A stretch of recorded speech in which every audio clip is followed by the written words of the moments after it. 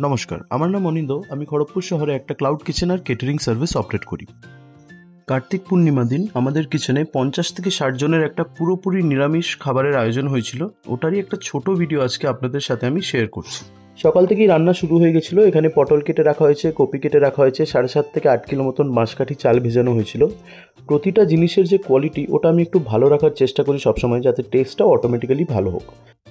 আজকের রান্নাটা যেহেতু পুরোপুরি ভেজ হচ্ছে, আদা টমেটো বাটার আজকে ইউজ একটু বেশ ভালোই হবে। প্রথমে ডালটা বসিয়ে নেওয়া হবে। যেহেতু ডালটা সেদ্ধ হতে একটু দেরি হয়, ওটার কারণে ডালটা একদম সকাল সকাল বসানো হয়, কড়াইতে বসানো হয়। প্রেশার কুকারে বসালে ডালটা গলে যায়, খুব একটা টেক্সচার ভালো আসে না। ঠিক ডালের পাশেই আমাদের সব সবজিও ভাজা শুরু হয়ে গেছে। কপি ভাজা চলেছে, তারপরে পটলটা ভাজা হবে, তারপরে আলুটা ভাজা হবে। আলুটাতে সবচেয়ে বেশি টাইম যায়। ভাজিতেই নিরামিষ রান্নাতে অনেকটাই টাইম যায় বলে একটু জলদি স্টার্ট করার চেষ্টা করা হয় সবসময়। একে একে সব আনাজগুলো ভাজা হয়ে গেলে তারপরে হচ্ছে ডালের পালা। ডালটাকে খুব সুন্দরভাবে এখানে প্রিপেয়ার করা হয়েছিল। কাটা টমেটো, আদা বাটা, ধনে গুঁড়ো, জিরে গুঁড়ো, তেজপাতা দিয়ে ডালটা খুব সুন্দরভাবে প্রিপেয়ার করা হয়েছে।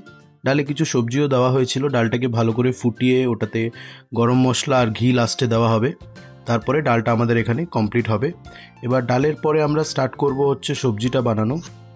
এবার এখানে আলু ফুলকপির সবজিটা বানানো হচ্ছে। এটাতে কিন্তু আদা বাটা, টমেটো বাটা ছাড়াও আরও অনেক কিছু দেওয়া হয়েছে। নারকোল বাটা আছে, কাজু বাটা আছে, পোস্ত বাটা আছে, বাদাম বাটা আছে, মগজ বাটা আছে, যাতে খাবারের যে টেস্টটা, আলু ফুলকপির তরকারির টেস্টটা যাতে খুবই সুন্দর আসুক। ওটার কারণে সব কিছু এখানে মশলাপাতি দিয়ে সুন্দর করে একটা মশলা কষিয়ে আলু ফুলকপির সবজিটা বানানো হবে। তারপরে আলু পটলের সবজিটা হবে। আলু পটলের সবজিটা একটু ঝাল ঝাল থাকবে, আর আলু কপির সবজিটা একটু মিষ্টি মিষ্টি রাখা হয়েছে। এখানে ডাল, আলু কপি সব কিছু প্রিপেয়ার হয়ে গেছে। ভাতও এখানে নেমে গেছে। রান্না প্রায় কমপ্লিট। এবার আমাদের বাঙালিদের খুবই একটা প্রিয় জিনিস ভাজা হবে, সেটা হচ্ছে বেগুনি। বেগুনি হয়ে গেলে কিন্তু পুরোপুরিভাবে রান্না কমপ্লিট। টমেটোর চাটনিটাও হয়েছিল, ওটা আমি কোনো কারণে দেখাতে পারিনি এই ভিডিওতে। আর আপনি যদি চান আপনিও নিশ্চয়ই অর্ডার করতে পারেন। আজকের অর্ডারটা এসেছিল ইন্দা আনন্দনগর থেকে।